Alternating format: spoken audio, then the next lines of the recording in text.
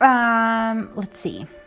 Currently residing here on the property, we have 3 horses, 3 goats, 3, maybe 4 pigs, 13 chickens, 2 dogs, 5 cats, and then whoever else happens to show up.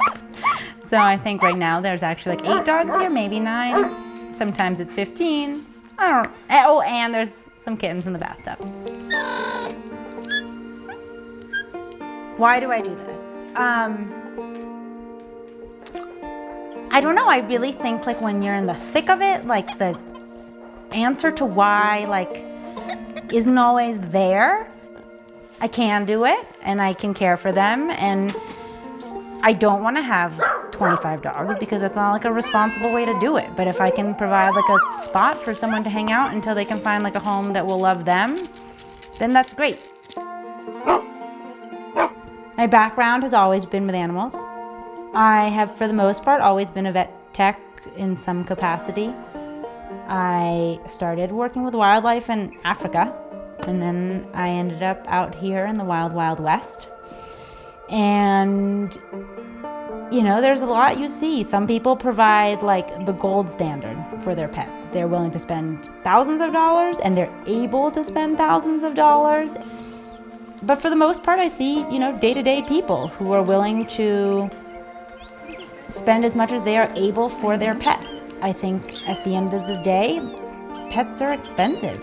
Providing for them, even with the best of intentions, like there can be it can be financially prohibitive for some people to provide a certain amount of medical care for their animals. So on a Monday, about 2 months ago, a young man walked into the clinic, and his, I thought, old dog was limping on his front left leg. And when we took x-rays, it became clear that he had 2 bullets in his skull and at the base of his neck, and he had gone blind due to being shot. We offered an estimate to the young man, and it ranged between $180 and $260, and the young man elected not to do any of it and asked if we were able to euthanize his dog.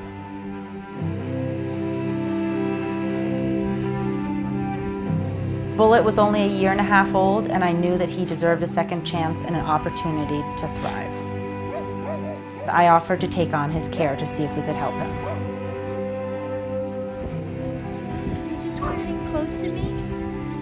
He started as a really stinky, skinny, depressed, wide-eyed little dog, and now he's a little bit scraggly and dirty, mostly because he's having a good time, not because he was forced to be dirty. And he's still wide-eyed, but he's loving and affectionate, and he likes to snuggle, and snuggling has become a lot easier. He's blossomed into this very funny, social, adventurous little guy who really doesn't mind the hiccups of life. He runs into a lot of stuff, and he kind of just goes, "What?" and just changes his. If more humans could have his attitude about life of running into a roadblock and just kind of rediverting your course of action, we would be like a more successful species.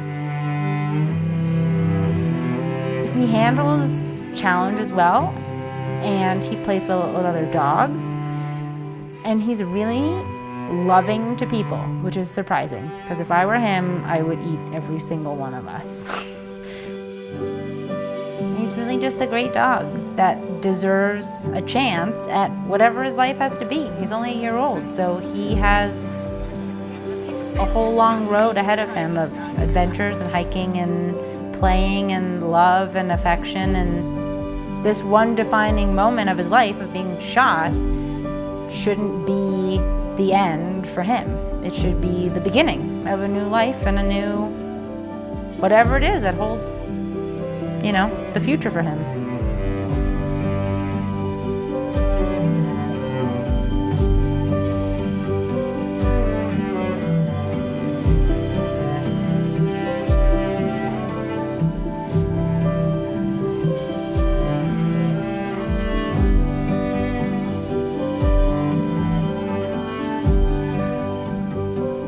You know, we can't save all the animals, but to be able to provide one dog or one cat with a comfortable life without the financial constraints that their owners may have for their medical attention can really help save each individual animal. And if you look at the huge big picture, you're never going to conquer it all. But if we can help one family, one dog, and grow from there, we can make a difference in the communities that we serve. Ow, bless you. You should not feel obligated to take in every stray creature and every animal in need into your own home. But you should feel comfortable enough to reach out to the resources that are available to you.